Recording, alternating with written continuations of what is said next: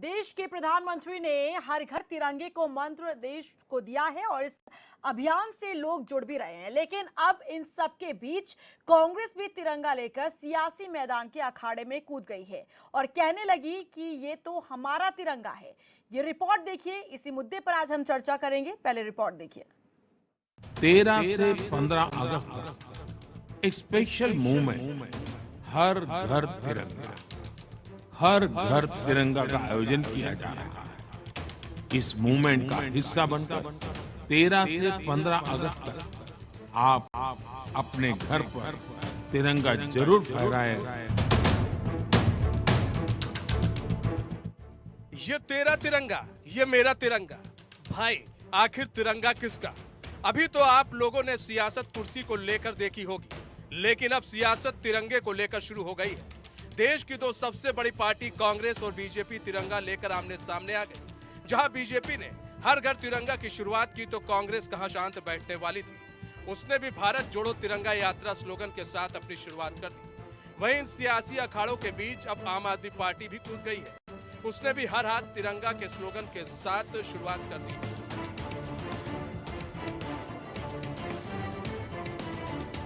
हम पहले कुछ समझे, उससे पहले आपको बता दें 15 अगस्त को हिंदुस्तान आजादी की 75वीं सालगिरह मनाएगा, जिसे लेकर केंद्र सरकार ने इस मौके को लेकर लंबे अरसे से प्लानिंग की थी और इसी का हिस्सा है हर घर तिरंगा।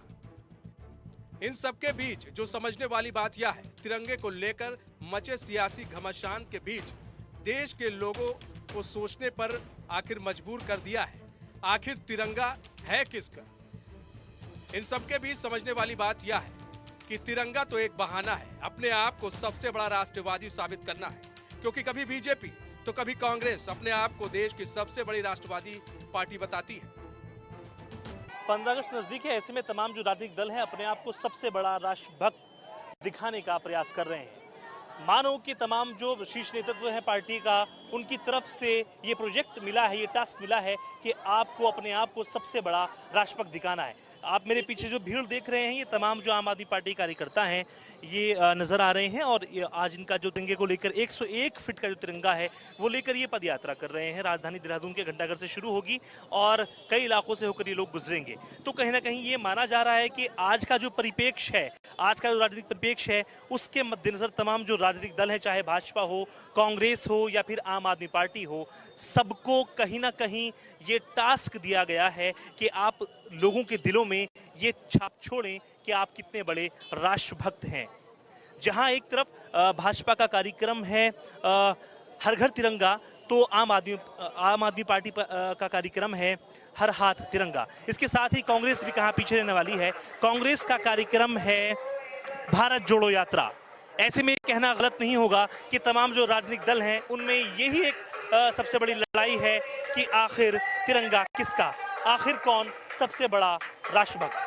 अपने सहयोगी लक्ष्मण सिंह के साथ मैं अस्कर जाफरी, एशियन 24/7 देहरादून के लिए। वहीं इन सब मुद्दों के बीच बीजेपी नेता विनोद सुयाल ने कहा कि पीएम नरेंद्र मोदी के आदेश अनुसार पूरे देश में हर घर तिरंगा का कार्यक्रम किया जाएगा। अगर कोई पार्टी अपना तिरंगा को लेकर अपना अलग कोई कार्यक्रम करती है तो उसका स्वागत है। देश के प्रधानमंत्री नरेंद्र भाई मोदी ने आज़ादी के महोत्सव 75वें महोत्सव पर ये निर्णय लिया है कि देश के नौनिहाल, देश की पीढ़ी और जो हमारे जो सभी होनहार बालक हैं, उन सबको जानकारी प्राप्त हो सके कि जो भारत को आज़ादी मिली है ये बहुत पीढ़ियों की कुर्बानी के बाद मिली है। इसके लिए भारत सरकार के संस्कृति मंत्रालय ने हर घर तिरंगा एक कार्यक्रम लिया है और उसमें सबकी सहभागिता की अपेक्षा की है। सामाजिक संगठनों की, राजनीतिक संगठनों की, सभी संगठनों से अपेक्षा की है। उसके साथ साथ में अन्य राजनीतिक दल भी अगर इस कार्यक्रम को कर रहे हैं तो उनको भी बहुत बहुत शुभकामनाएं हैं। तिरंगा सबका है और निश्चित रूप से देशभक्ति की भावना सबके अंदर रहनी चाहिए। इसलिए मुझे लगता है कि नरेंद्र भाई मोदी ने जो ये कार्यक्रम प्रारंभ किया है, इस कार्यक्रम को जिस तरह का व्यापक जन समर्थन, जनता का स्वस्फूर्त मिल रहा है, वो एक देखने लायक है। वहीं आपके वरिष्ठ नेता आरपी रतूड़ी ने इशारों ही इशारों में बीजेपी पर तंज कसते हुए कहा कि कोई पार्टी हमें राष्ट्रभक्ति का सर्टिफिकेट न बांटे। जो सर्टिफिकेट बांट रहे हैं उन्होंने तो 52 साल तक तिरंगा नहीं फहराया। राष्ट्रभक्त मैं ये कहूँगा कि कोई पार्टी अगर राष्ट्रभक्ति का सर्टिफिकेट बांटना शुरू करे दुर्भाग्यपूर्ण है। और राष्ट्रपति भक्ति का सर्टिफिकेट कौन बांट रहे हैं? जिन्होंने 52 साल तक तिरंगा नहीं फहराया अपने नागपुर कार्यालय में, आज अगर वो राष्ट्रभक्ति का सर्टिफिकेट देना शुरू करेंगे, ये राष्ट्रभक्ति हमारे खून में है। आज़ादी के दीवाने जो थे वो पूरे भारतीय थे, कोई जाति विशेष के नहीं थे, धर्म विशेष के नहीं थे, सभी धर्म और जाति के थे। वही कांग्रेस के वरिष्ठ नेता मथुरा दत्त जोशी ने बीजेपी को आड़े हाथों लेते हुए कहा कि कांग्रेस की तो तिरंगा जान है और बीजेपी जो कर रही है वह नौटंकी है। बीजेपी के आरएसएस शाखाओं में तिरंगा नहीं फहराया जाता और गुरु दक्षिणा का जो कार्यक्रम करने वाली बीजेपी है, क्या भारत के तिरंगे की वंदना वहां की जाती है? ऐसे कई सवाल उन्होंने खड़े किए। कांग्रेस का तो तिरंगा जान है। कांग्रेस के नेताओं ने तिरंगे को हाथ में पकड़कर राष्ट्रपिता महात्मा गांधी और पंडित जवाहरलाल नेहरू, मौलाना आज़ाद, सरदार पटेल, BR अम्बेडकर ऐसे महान विभूतियों के नेतृत्व में स्वतंत्रता का आंदोलन लड़ा था। ये जवाब देना, इनका कोई एक भी व्यक्ति स्वतंत्रता आंदोलन में शरीक हुआ था? जो लोग हुए थे वो माफ़ी मांग के बाहर आ गए थे। ये तो उस तिरंगे के हैं। और भाजपा इस बात का भी तो जवाब दे दे, क्या आरएसएस की शाखाओं में और जो अभी उनका गुरुदक्षिणा का कार्यक्रम चल रहा है, आप भी जरा उसकी तलाश कर लीजिएगा, क्या गुरुदक्षिणा कार्यक्रम में ये ध्वज वंदना करते हैं? क्या ये भारत के ध्वज की वंदना करते हैं? क्या तिरंगे की वंदना करते हैं? क्या ये तो नौटंकीबाज हैं। ये तो एक इवेंट मैनेजर हैं, ये तो इवेंट के रूप में ले रहे हैं। ये पल देश में होने वाले आजादी के 75वें सालगिरह का जश्न मनाने का है, न कि ये तेरा तिरंगा या मेरा तिरंगा करने का है। अगर विपक्ष एक तिरंगा के नीचे नहीं आ सकता तो देश में संदेश अच्छा नहीं जाएगा। HNN के लिए ब्यूरो रिपोर्ट। तो इस रिपोर्ट से आप समझ गए होंगे कि आखिर तिरंगे के नाम पर सूबे के भीतर, देश के भीतर आखिर चल क्या रहा है। तमाम सियासी दल यहां पर तिरंगे पर कॉपीराइट बताने की कोशिश कर रहे हैं कि आखिर ये तिरंगा किसका है। लेकिन सवाल ये उठ रहा है कि आखिर ये स्थिति पैदा क्यों हो गई, क्यों इस तरीके की राजनीति तिरंगे को लेकर की जा रही है, जो तिरंगा देश की आन बान और शान है। इसी मुद्दे पर आज हम चर्चा करेंगे। मेहमान हमारे साथ जुड़ चुके हैं। इंट्रोडक्शन पहले आपका करवा देते हैं मेहमानों के साथ। सचिन गुप्ता जी बीजेपी से हमारे साथ चर्चा में हैं और कांग्रेस से पूर्व विधायक हमारे साथ मनोज रावत जी चर्चा में हैं। वरिष्ठ पत्रकार मनोज अष्टवाल जी हैं, आम आदमी पार्टी से DK पाल जी हैं और UKD से मीनाक्षी गिल्डियाल जी हैं। आप सभी का बहुत स्वागत हमारी इस चर्चा में। सबसे पहले चर्चा की शुरुआत सचिन जी आपके साथ ही कर लेते हैं। यहाँ पर कहा जा रहा है तमाम सियासी दलों की तरफ से कि आप लोग तिरंगे का इस्तेमाल कर रहे हैं, इस तिरंगे के जरिए आप लोग राजनीति कर रहे हैं। ये ज्यादा और कुछ नहीं, सिर्फ और सिर्फ एक इवेंट मैनेजमेंट का काम जो है बीजेपी द्वारा किया जा रहा है। जवाब दीजिए। देखिए रीना जी, पहले तो मैं विपक्ष को ये बता देना चाहता हूँ कि आज़ादी का अमृत महोत्सव जो कि हमारा देश 75वीं वर्षगांठ मनाने जा रहा है, ये कोई कार्यक्रम भारतीय जनता पार्टी का नहीं है। मैं स्पष्ट करना चाहता हूँ बिल्कुल ऑन कैमरा। ये कार्यक्रम केंद्र सरकार का है। नरेंद्र मोदी जी क्योंकि भारतीय जनता पार्टी के संगठन के माध्यम से जो है इस देश के प्रधानमंत्री हैं, क्योंकि ये कॉल उन्होंने करी है, इसलिए विपक्ष को इस प्रकार की चिंता ज़्यादा है कि शायद ये प्रधानमंत्री जी इस कार्यक्रम को करने जा रहे हैं तो ये सिर्फ भारतीय जनता पार्टी का कार्यक्रम बन के रह जाएगा।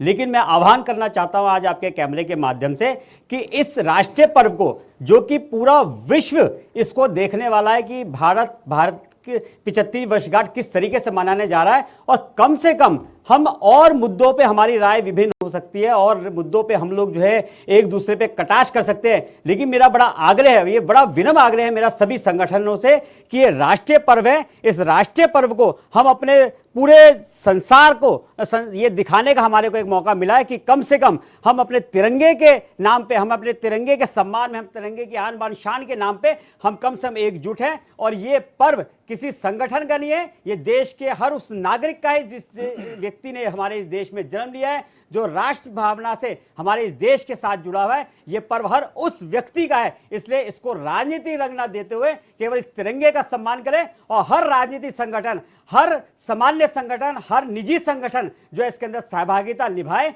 और इस तिरंगे को बड़ी शान के साथ जो है आपकी 15 अगस्त पे मनाते हुए विपक्ष ये भी पूछ रहे हैं, सचिन कि गुप्ता हम सब लोग जी, कि एकजुट क्या हैं। इससे पहले कोई भी क्या झंडा नहीं फहराता था? और इस बार क्योंकि अमृत महोत्सव, इस बार क्योंकि एक देशभक्ति की जो भावना है वो जगाने की कोशिश सरकार कर रही है हर घर तिरंगा के जरिए, इस मुहिम के जरिए, तो क्या यहाँ पर सरकार ये दावा भी कर रही है कि ये भावना जो जगाई जा रही है, क्या इसे कंटिन्यू रखा जाएगा? क्या अगले साल से भी, चाहे 26 जनवरी हो, 15 अगस्त हो, क्या इस तरीके की मुहिम हर साल सरकार द्वारा चलाई जाती रहेगी क्या? देखिए रीना जी, बिल्कुल निश्चित ऐसे कार्यक्रम होते रहने चाहिए जो राष्ट्र भावना को हर आम जनमानस के अंदर जागृत करते हैं। लेकिन मैं आपके संज्ञान में एक चीज़ और डालना चाहता हूं कि जब भी हम एक अपने घर के अंदर भी कोई सामान्य, अगर हमारा कोई स्पेशल पर्व आता है, हमारी सिल्वर जुबली आ रही है, हमारी गोल्डन जुबली आ रही है, हमारी जो है 75वीं वर्षगांठ बनती है, तो हम उस पर एक विशेष कार्यक्रम आयोजित करते हैं, उसमें हम सब मेहमानों को एकत्र करते हैं, उसे बड़े जश्न के साथ मनाते हैं। इसी प्रकार से एक देश का ये बहुत बड़ा पर्व है, 75वीं आज़ादी की 75वीं वर्षगांठ मनाने जा रहे हैं। आप सोचिए कि वो क्या स्वर्णिम काल होगा, स्वर्णिम पल होगा, जिस समय जो है देश में 20 करोड़ घरों पर जो है एक साथ जो है ध्वजारोहण हो रहा होगा और जो है सब लोग जो है हमारा राष्ट्रगान गा रहे होंगे या जो है अपनी छतों पर जाकर जो है राष्ट्रीय ध्वज फहरा रहे होंगे। अगल बगल का माहौल देखिए, क्या सुंदर पल होंगे। तो इस सुंदर पल को मनाने के लिए मुझे नहीं लगता है कि जो है किसी को भी कोई आपत्ति होनी चाहिए। और मैं तो बिल्कुल जो है जिस प्रकार आपने कहा, यादगार लम्हा बनना चाहिए, यादगार लम्हा ये बनाने के लिए, विश्व के लिए जो है ये एक ऐसा की भावना बाद में है, पहले यादगार लम्हा है कि बिल्कुल देखिए, जब देशभक्ति जगेगी भावना के साथ किसी काम को नहीं देंगे, जब कोई देशभक्ति साथ भावना के साथ इसे कार्य को करेगा तो निश्चित रूप से जो है वो एक ऐतिहासिक पल भी बनेंगे। वो जो है आम जनमानस के अंदर जो राष्ट्रभक्ति की प्रेरणा भी जागृत करेंगे और लोगों को एक संदेश भी देंगे। इसलिए स्वाभाविक है कि जब ये कार्यक्रम आप करेंगे तो उसका जो है एक सुंदर आपको जो है चित्र देखने को मिलेगा। ठीक है मनोज रावत जी, क्यों कांग्रेस को ये लग रहा है कि ये एक इवेंट होने जा रहा है, एक इवेंट मैनेजमेंट का नाम जो है कांग्रेस यहाँ पर दे रही है? कोशिश सरकार की ये है कि इस पल को यादगार बनाया जा सके, जैसे कि सचिन गुप्ता जी ने कहा कि यादगार पल बनाने की ये कोशिश है और हर एक नागरिक के दिल में देशभक्ति की जो भावना है वो एक जगाने की कोशिश है। तो इस पर फिर आप लोग क्यों सवाल उठा रहे हैं? देखिए, पहले तो आप कह रही हैं कि आप पूछ रही हैं कि साहब क्यों विपक्ष प्रश्न उठा रहा है। विपक्ष ने इस देश में एक भद्र पुरुष के कहने पर थाली और लोटे भी बजाए थे और कोरोना ने दिखाया, कोरोना की दूसरी वेव आई। तो आप किसी के आह्वान को ये न समझिए कि किसी का आह्वान वेद वाक्य है जिसको सब मान लेंगे। रही तिरंगे की बात, तो सुयाल साहब का मैं अभी आपके भारतीय जनता पार्टी के स्पोक्स पर्सन का कोई बयान में देख रहा था कि और राजनीतिक दल भी मनाएं। देखिए, मन में खोट है। आप देशभक्ति की बात कर रहे हैं, वो कह रहे हैं कि आज़ादी की लड़ाई, कई लोगों के स्वतंत्रता संग्राम में कुर्बानियों के बाद ये देश को आज़ादी मिली है। अरे बताएं ना कि कौन थे आज़ादी की लड़ाई में, कौन लड़ रहे थे? एक व्यक्ति का नाम बताएं ना। आज प्रश्न कर रहे हैं पंडित जवाहरलाल नेहरू की डीपी क्यों बनाई?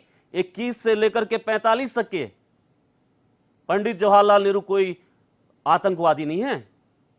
और मुझे तो सचिन भाई लोगों की पीढ़ी पर बड़ा तरस आ रहा है, क्योंकि 80 में भारतीय जनता पार्टी बनी। ये बेचारे घरों में तो इनको ये सिखाया गया था कि ये राष्ट्र का ध्वज तिरंगा हो ही नहीं सकता है। ये अपने दिल पर हाथ रख करके बोले हैं कि इनको संघ की शाखाओं में क्या सिखाया गया है।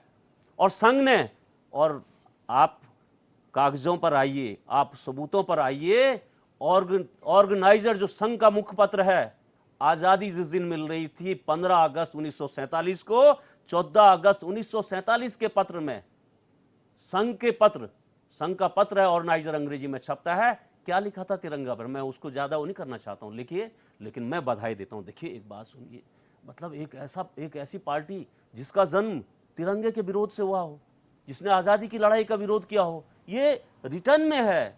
ये आपके जो पहले 2 सरसंघ चालक हैं, मैं नहीं चाहता हूं कि मैं उन भद्र पुरुषों का, क्योंकि वो अब स्वर्गवासी हो चुके हैं, हम भी उनका नमन करते हैं, वंदन करते हैं, लेकिन चर्चा की बात आएगी तो हम आपको बताएंगे, हम आपको टोकेंगे। और रही विरासत की बात, 1980 में, अभी 2 दिन पहले वेंकैया पिंगली साहब की जयंती मनाई गई, जिन्होंने 1921 को कांग्रेस के अहमदाबाद अधिवेशन में तिरंगे को अंगीकार कांग्रेस ने किया था, और 1922 जुलाई 1947 को संविधान सभा ने सिर्फ एक परिवर्तन के साथ, और एक बहुत पॉजिटिव, देखिए तब चरखा तिरंगे के बीच में था, चरखा प्रतीक था आत्मनिर्भरता का, जब देश में आत्मनिर्भरता के लिए खादी का प्रयोग किया गया, और इस झंडे को एक साधन बनाया गया हमारे लोगों की रोजी रोटी का। आज आप देख रहे हैं भारतीय जनता पार्टी के कार्यालय में, ये देखिए, ये सामने पर आप देखिए ये झंडा कितना टूटा हुआ है।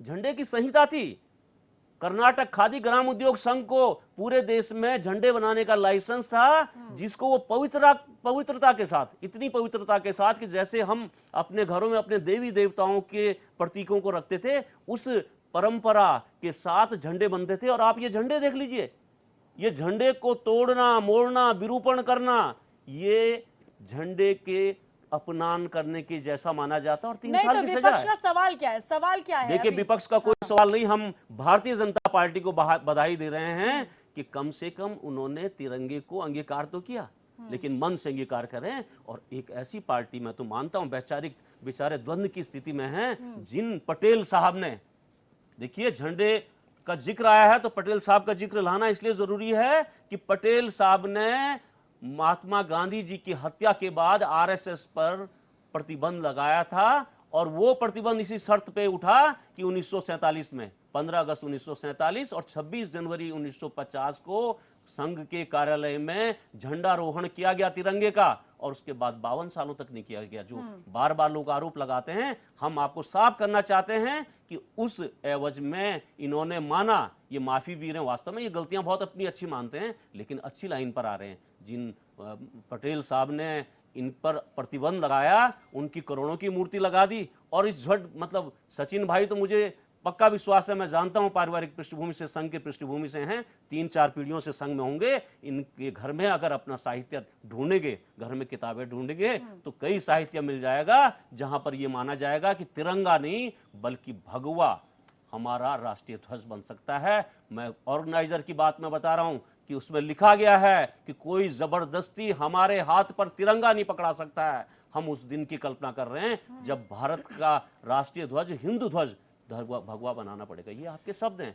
आपके पितृ संगठन का जो मुखपत्र है ऑर्गेनाइजर, उसके शब्द हैं, और आजादी के एक दिन पहले आप ये सब वो संगठन लिख रहा था। ठीक है, लेकिन ये भी तो दुर्भाग्य है ना मनोज रावत जी कि इस दौरान इसी झंडे को, तिरंगे को लेकर राजनीति हो रही है। देखिए, कोई राजनीति आप लोग कह रहे हैं हमारा कि इवेंट मैनेजमेंट हो रहा है, इवेंट कार्यक्रम अगर ये किए जा रहे हैं, हम देख रहे हैं, दूसरी तरफ आप लोग भी कार्यक्रम करने जा रहे हैं, फिर किस लिए वो हमारा कार्यक्रम है? और देखिए, ये जो कार्यक्रम हो रहा है, ये कोई बीजेपी का कार्यक्रम नहीं है, ये सरकार द्वारा यहाँ पर जो है ये कार्यक्रम करवाया जा रहा है। इसमें आप लोगों की भी भागीदारी होनी चाहिए, लेकिन आप लोग शामिल नहीं हो रहे हैं। मैं माफी मांग करके एक चीज कहना चाहता हूँ, इतना बड़ा इवेंट था। देखिए, देश में राजनीतिक परंपराएं हैं, क्या प्रधानमंत्री जी ने ऑल पार्टी मीटिंग करी? और रही बात अन्य दलों की, हम 9 अगस्त से जो कार्यक्रम कर रहे हैं, भारत छोड़ो आंदोलन 9 अगस्त से शुरू हुआ था, 9 अगस्त से लेकर के कार्यक्रम करके तिरंगा, आज भारत नहीं, तो फिर दिल्ली वाले कार्यक्रम में क्यों नहीं शामिल हुए? देखिए, कोई भी सांसद आपकी पार्टी का शामिल नहीं हुआ। आप ये कहेंगे, मैं आपको एक चीज बता देना चाहता हूँ, प्रधानमंत्री मोदी ने जो थाली और डंडे बजवाए थे, उस पर भी चैनलों पे चर्चा चली थी। तब भी आप लोगों ने पूछा था कि आप प्रधानमंत्री का साथ नहीं दे रहे हैं। क्या कोरोना में क्या कारगर हुआ?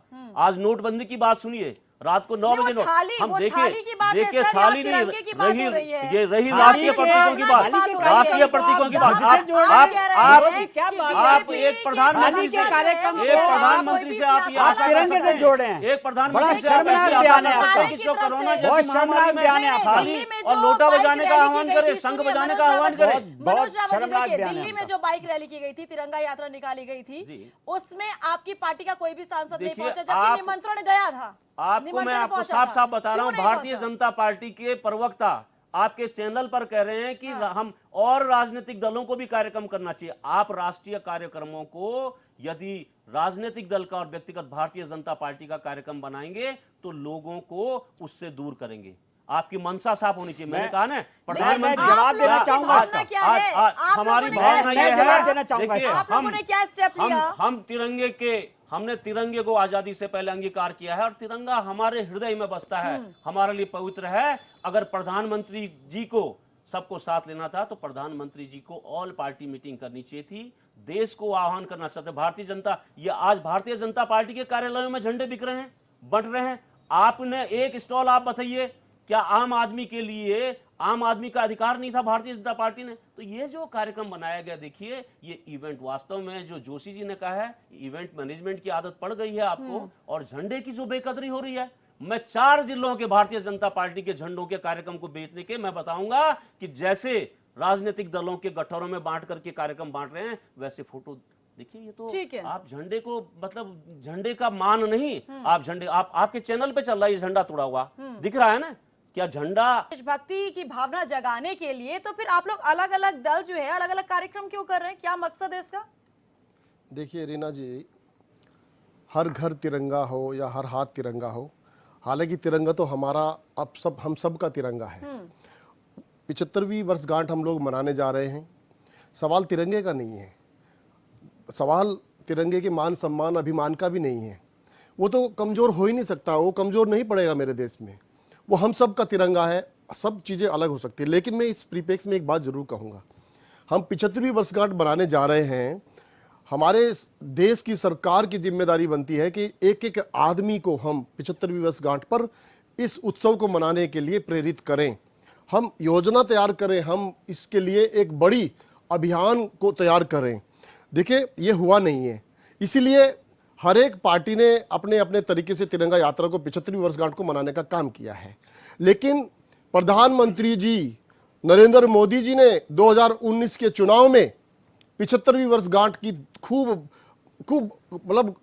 गला खोल करके ये बात कही कि हम 2022 में 15 अगस्त को 75वीं वर्षगांठ मनाने जा रहे हैं, इसलिए आप हमको वोट दीजिए, इसलिए आप हमको तमाम चीजें दीजिए, क्योंकि हम अपने वादों पर खरा उतरेंगे। लेकिन 2019 के बाद में क्या हुआ? 2 करोड़ नौकरियां जो 2014 से लेकर के हर साल देने की इन्होंने बात कही थी देश के नौजवानों को, क्या वो 75वीं वर्षगांठ पर उसका कोई प्रमाण देने की तैयारी में है प्रधानमंत्री जी या भारत की सरकार? या क्या ऐसा करने जा रही है इस 75वीं वर्षगांठ पर जो आम आदमी पार्टी के नेता केजरीवाल जी ने बड़े डंके की चोट पर कहा है?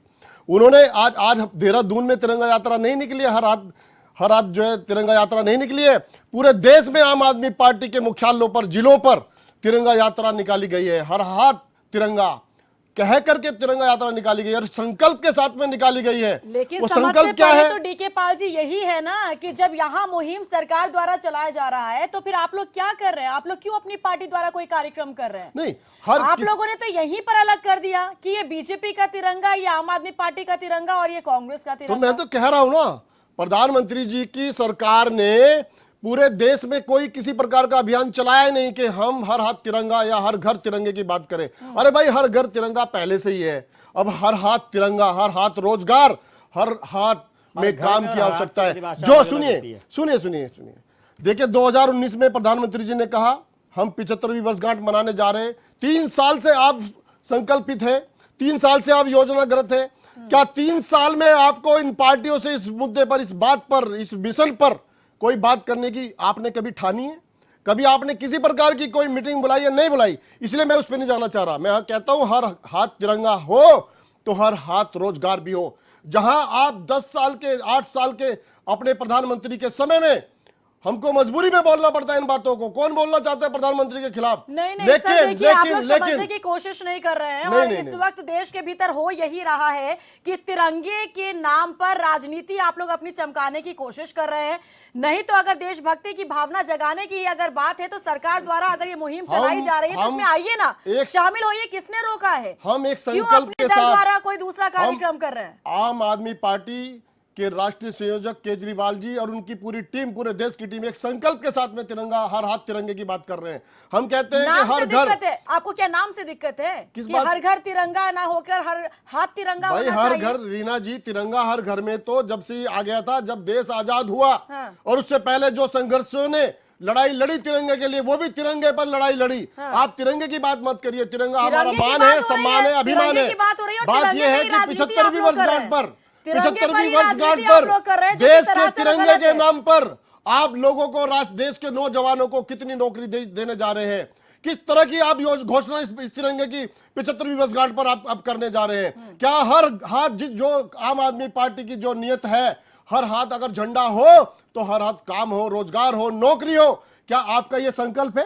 आम आदमी पार्टी का ये क्लियर संकल्प है। इसलिए आप जहां हम चुनाव लड़ रहे हैं, हमारे संकल्पों को देखिए, आप हमारी बातों को देखिए। हमने कहा दिल्ली में देखा है 1350 नौकरियां दी है आपने हम पिछले पंजाब 5 में सालों चुनाव लड़े, सुनिए, हम पंजाब में चुनाव लड़े, हमने कहा हमारे मुद्दों में शामिल है कि हर घर से एक नौकरी हम आपको देंगे, हमारा संकल्प है। इसलिए हम कहते हैं कि हर दिल्ली में भी किया था ऐसा, हाथ में तिरंगा हो, हर हाथ में रोजगार होगा तो हर हाथ में तिरंगा होगा। मीनाक्षी गढ़ियाल जी, आपकी पार्टी का कोई कार्यक्रम?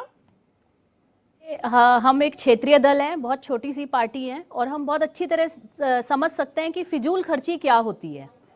देखिए, एक वो समय था 15 अगस्त 1947 जब ये देश एक हुआ था, जब सभी ने इस तिरंगे झंडे का सम्मान में सबने एक साथ जुट होके सबने इस झंडे को सलामी दी थी। लेकिन आज दुर्भाग्यपूर्ण देखिए कि इस तिरंगे के नाम पे देश बंट रहा है। ये तेरा तिरंगा मेरा तिरंगा, मतलब कितने दुख की बात है कि आज हम भेड़ चाल की तरह एक हर घर तिरंगा अभियान चल रहा है तो कोई हर हाथ तिरंगा अभियान चला रहा है। लेकिन मेरा सवाल तो यह है कि आप लोगों ने क्यों नहीं सवाल किया कि ये जो फिजूल खर्ची हो रही है झंडे के नाम पे, तिरंगे के नाम पे, आखिर इसको रोका क्यों नहीं जा रहा है? दूसरी चीज, अगर मैं अपने दल की बात करूं तो हम लोग तो आज भी अपने कार्यालय में एक ही झंडा फहराएंगे और हम सभी लोग एकजुट होकर उस झंडे के सम्मान में वहां पे राष्ट्रगीत गाएंगे। हमें आज भी दिखावा करने की कोई जरूरत नहीं है कि हमारे अंदर देशभक्ति है तो हमारे घर के अंदर झंडा होगा तभी हम देशभक्त होंगे। क्योंकि ये जो उत्तराखंड राज्य है, यहाँ पे अगर देखा जाए तो हर एक घर से एक वीर जवान जो है वो सेना में सम्मिलित है। और अगर आप देखेंगे तो हर गली में आपको उसके एक हमारे शहीद के नाम का पत्थर मिल जाएगा। क्या मेरा सवाल, मैं आज जो सवाल करना चाहती हूँ वो मैं अपने बीजेपी के प्रवक्ता से भी करना चाहूंगी और हमारे जो कांग्रेस के सर बैठे हैं मैं उनसे भी सवाल करना चाहूंगी, क्योंकि वो भी 10 साल सत्ता में रहे हैं। मैं ये पूछना चाहूंगी कि आज जो हम अमृत महोत्सव के नाम पे इतना दिखावा कर रहे हैं, क्या हम ये महोत्सव उस महिला के साथ मना सकते हैं जिसके बच्चे 5 साल के बच्चे को बाग उठा के ले गया? क्या हम उस महिला के साथ ये उत्सव मना सकते हैं या उसके घर वालों के साथ ये उत्सव मना सकते हैं जो महिला इलाज के कमी के कारण अपना दम तोड़ रही है, जिसके बच्चे रास्ते में जिसका प्रसव रास्ते में हो रहा है, जिसके बच्चे पहाड़ों पे जिनको इलाज नहीं मिल रहा है? क्या हम उन महिला के घर वालों के साथ ये उत्सव मना सकते हैं? या फिर ये बताइए कि वो जो घसियारी जिसे घास लेने पे जिसको जेल पे जाना पड़ा, जिसका सिर्फ घास पे भी अधिकार नहीं है, क्या हम उसके साथ ये महोत्सव मना सकते हैं? या आप बताइए, पहाड़ों पे वो घर जो बांझे पड़े हैं आज, जहां पे हर घर में एक बेरोजगार बैठा है, क्या आप उसके साथ ये उत्सव मना सकते हैं? देखिए, बहुत हो रहा है दिखावा बहुत हो रहा है, लेकिन जो असल मुद्दे हैं वो गायब होते जा रहे हैं। असल मुद्दों पे ना पक्ष बात कर रहा है ना विपक्ष बात कर रहा है। हम आज भेड़ चाल की तरह सिर्फ एक दूसरे की देखा देखी चलते चले जा रहे हैं कि अगर ये झंडा यात्रा करेंगे तो हम भी झंडा यात्रा करेंगे, हम लोग इनसे भी बड़ा झंडा फहराएंगे। लेकिन सवाल ये भी है कि 15 अगस्त के बाद इन झंडों का क्या होगा? कहां जाएंगे इतने झंडे? आप सोचिए, पूरे देश में हर घर तिरंगा की आप बात कर रहे हैं, उसके बाद विपक्षी दल हर हाथ में तिरंगा की बात कर रहे हैं। इन तिरंगों का क्या होगा? अपमान होगा ना। देखिए, जब से मैं पैदा हुई हूं, मेरे पैदा होने के मैं ये महोत्सव मैं तो तब से मना रही हूँ अपने आज़ादी का महोत्सव। मैं हर 15 अगस्त 26 जनवरी पे जब मैं सड़क पे जब वो कागज के झंडे लेने की हम लोग जिद करते थे कि हमें ये झंडा चाहिए, तो उस पे भी हमारे पेरेंट्स हमें बोलते थे कि इन झंडे को तभी लेना जब आप इसका सम्मान कर सको, इसे आप घर में संभाल के रख सको। हम उस झंडे को खरीदने में इसलिए डरते थे कि कहीं इसका अपमान ना हो, कहीं ये सड़क पे ना गिरे या कहीं हम इसे फाड़ के फेंक ना दे। तो हम सिर्फ उस झंडे को, वो जो लाल किले पे झंडा फहराता था, हम उसको सलामी देते थे क्योंकि हम उस झंडे का सम्मान करते थे। तो बस दुख आज इसी बात का है कि उत्तराखंड राज्य जिसमें आज इतनी समस्याएं हैं, इतने मुद्दे हैं जिन पे बात नहीं हो रही है, सिर्फ हम लोग झंडे, तिरंगा झंडा, इस पे देश को बांट रहे हैं, अपने राज्य को बांट रहे हैं। ठीक है, मनोज अष्टवाल जी, क्या कहेंगे, क्योंकि सरकार कह रही है कि हम देशभक्ति की भावना जगाने के लिए और इस मौके को यादगार बनाने के लिए ये कार्यक्रम जो है, ये मुहिम शुरू की गई है, लेकिन विपक्ष कई तरह के सवाल यहाँ पर दाग रहा है। मैं तो यही कहूंगा रीना, विजयी विश्व तिरंगा प्यारा झंडा ऊंचा रहे हमारा। सारे जितने भी प्रवक्ता हैं विभिन्न पार्टियों को, सबको सुन लिया, सब ने यकीनन किसी ने भी 1% नीचे नहीं कहा। जो कहना था कि तिरंगे किसान में, सब अपने अपने हिसाब से सब ने बिल्कुल सटीक बात कही। सबसे पहले मैं आता हूँ सचिन गुप्ता जी, आप प्रवक्ता हैं, संघ की पृष्ठभूमि के हैं, लेकिन आपको शायद कन्फ्यूज़न है। आपके 20 करोड़ कार्यकर्ता जरूर हैं पार्टी में, बीजेपी में, लेकिन यहाँ जो परिवार है वो 24 करोड़ 88 लाख परिवार है। वजह मेरे पूरे देश की बात करें 20 करोड़ पूरे घरों पर, मैं पूरे देश की बात कर रहा हूं कि 25 करोड़ परिवार इस समय पूरे देश में है। आपके गांव ही गांव 6,28,221 गांव है और 4,000 शहर है। ये सारे आंकड़े शायद हमें वर्बली याद रहते भी नहीं है। इन सब को लेकर मैं मनोज रावत जी के बात में इस बात की बिल्कुल मजबूती से उनके पक्ष में हूँ खड़ा कि वास्तव में एक तिरंगा बनाने के लिए जो सूती कपड़ा यूज होता था, उसका इस्तेमाल कितने तरीकों से, उस तिरंगे में ये रहता था कि एक तिरंगा खरीदने के लिए जो स्कूल में है, मेरे काल में जो तिरंगा खरीदा गया था प्राइमरी में, वो आज भी सुरक्षित है। क्या होगा उस कपड़े में ऐसा कि लगभग 50 साल पूरे करने के बाद भी वो तिरंगा अगर सुरक्षित है, क्या हम ये जो 25 रुपए का जो ये तिरंगा आप देख रहे हैं, ये इसे सुरक्षित रख पाएंगे? ये बड़ा प्रश्न है। मैं पाल साहब के पास आता हूँ। पाल साहब बोल रहे हैं कि 2 करोड़ नौकरियों की बात की थी, कहाँ नौकरियाँ गई? पंजाब में हमने हर घर नौकरी देने की बात कही है, ठीक है, लेकिन उसके बाद भी एक नौकरी नहीं दिवाना भाजपा ने। लेकिन फिर भी राष्ट्रवाद के नाम पर, राष्ट्र को जिंदा रखने के नाम पर भाजपा ही आ रही है और 24 में वो रिपीट कर रही है। अभी तक के जो आंकड़े कह रहे हैं वो रिपीट कर रही है। और ये ना हो कि सन 1984 का जो कांग्रेस का रिकॉर्ड है वो इस बार टूट जाए जीत का। राष्ट्रवाद इसको कहते हैं। झंडे की ऊंचाई और झंडे को लेके जो इस समय नहीं अंगीकार करते, आप भी, आम आदमी पार्टी या अन्य दल भी, या भाजपा अगर इसको अमृत महोत्सव के रूप में नहीं मनाती इस साल को और इसको शासनादेश जारी नहीं होता, तो सारी पार्टियां इसमें सिर्फ फुटबॉल करते हैं। जैसे मीनाक्षी घड़ियाल बोल रही हैं कि इस तिरंगे का होगा क्या 3 दिन बाद। ये तिरंगे हर साल मीनाक्षी जी छपते हैं, गाड़ियों में रहते हैं, बैनर में, हम वो प्लास्टिक की इतनी डंडियों में भी वो तिरंगा खरीदते हैं। ये हर साल पैदा होते हैं और हर साल हम संभाल के रखते हैं। मैंने आज तक कहीं भी सड़क पर ये तिरंगा गिरा हुआ नहीं देखा। बिल्कुल सही बात। ये हो सकता है क्या कहते हैं कहीं आप लोगों ने देखा हो तो अलग बात है। ये तिरंगा, मनोज रावत जी, आप बहुत सीनियर जर्नलिस्ट भी रहे हैं और बहुत सुलझे हुए विधायक भी रहे, मैं हृदय से इज्जत करता हूँ आपकी। 25 रुपए में जो तिरंगा आपको पोस्ट ऑफिस के माध्यम से मिलेगा, उसकी तुलना अगर हम 1000 रुपए में जो कपड़े का तिरंगा बनता है उससे करेंगे तो कितने का कौन ये अर्थबोझ उठा पाएगा? मुझे लगता है कि यहाँ निर्मला सीतारमण का जो अभी हाल में एक बयान था, उस पर मुझे लगा कि कैसे बोल रही कि आर्थिक मंदी हमारे देश में छू नहीं सकती। 25 करोड़ परिवारों में 25 रुपए का एक झंडा जाएगा एक परिवार में। अगर हम बोलेंगे हर एक को कि यार ये 25 रुपए भारत सरकार को अपने गिफ्ट करने, तो बोलेंगे साहब मोदी खा गया। 6,25,000 करोड़ आप सिर्फ इस तिरंगे से राजस्व अर्जित कर रहे हैं साहब। 6,25,000 करोड़ 25 रुपए जमा करने पे, तो स्वाभाविक है कि आर्थिक मंदी को दूर भगाने का ये भी एक अच्छा साधन होगा। रही बात, मीनाक्षी घड़ियाल ने बहुत सारे ज्वलंत मुद्दे उठाए, बाघ की कहानी सुनाई, घसियारी की कहानी सुनाई, आए दिन जो वो स्वास्थ्य व्यवस्थाएं हो रही हैं, रास्ते में ही क्या कहते हैं बचे परसों हो रहे हैं।